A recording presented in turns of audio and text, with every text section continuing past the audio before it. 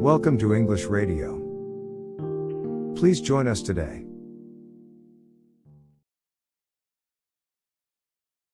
The Story of the Three Little Pigs. Once upon a time there was an old sow with 3 little pigs, and as she had not enough to keep them, she sent them out to seek their fortune.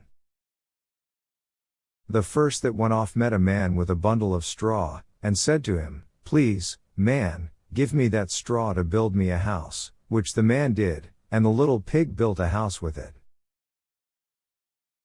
Presently came along a wolf, and knocked at the door, and said, little pig, let me come in."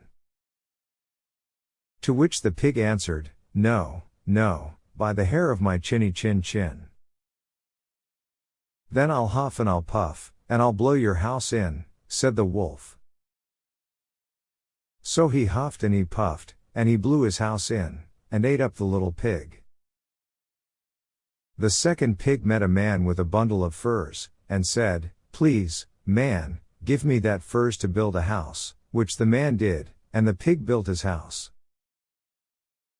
Then along came the wolf and said, little pig, let me come in." "No, no, by the hair of my chinny chin chin. Then I'll puff and I'll huff, and I'll blow your house in."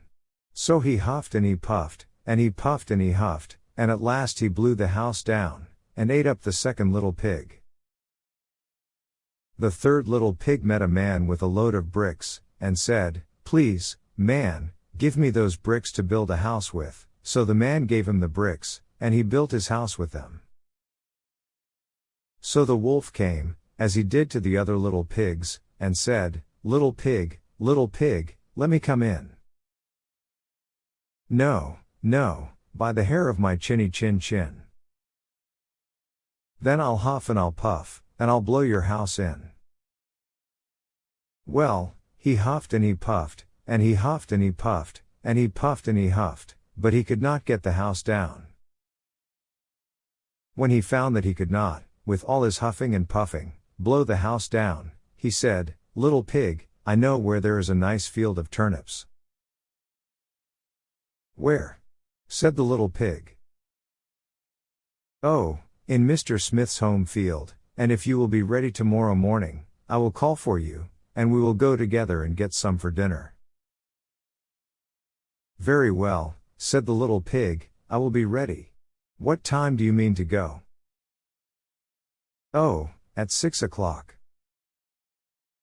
Well, the little pig got up at 5, and got the turnips and was home again before 6.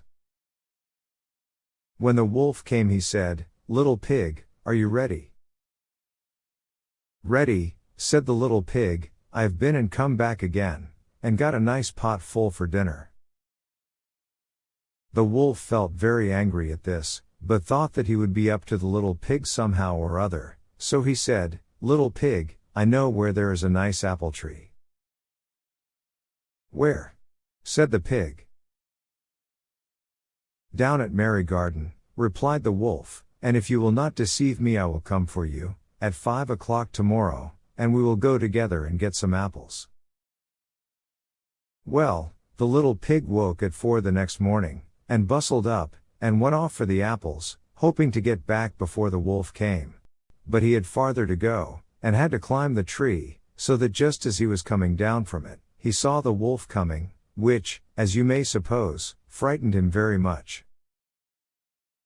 When the wolf came up he said, "Little pig, what? Are you here before me? Are they nice apples?" "Yes, very," said the little pig, "I will throw you down one." And he threw it so far that, while the wolf was gone to pick it up, the little pig jumped down and ran home. The next day the wolf came again, and said to the little pig, "Little pig, there is a fair in the town this afternoon, will you go?" "Oh, yes," said the pig, "I will go. What time shall you be ready?" "At 3, said the wolf.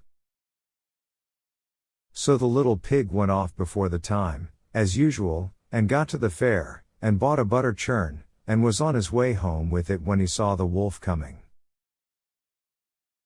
Then he could not tell what to do. So he got into the churn to hide, and in doing so turned it round, and it began to roll, and rolled down the hill with the pig inside it, which frightened the wolf so much that he ran home without going to the fair. He went to the little pig's house, and told him how frightened he had been by a great round thing which came down the hill past him. Then the little pig said, "Ha! I frightened you, did I? I had been to the fair and bought a butter churn, and when I saw you I got into it, and rolled down the hill." Then the wolf was very angry indeed, and declared he would eat up the little pig, and that he would get down the chimney after him. When the little pig saw what he was about, he hung on the pot full of water, and made up a blazing fire, and, just as the wolf was coming down, took off the cover of the pot, and in fell the wolf. And the little pig put on the cover again in an instant, boiled him up, and ate him for supper, and lived happy ever after. The end.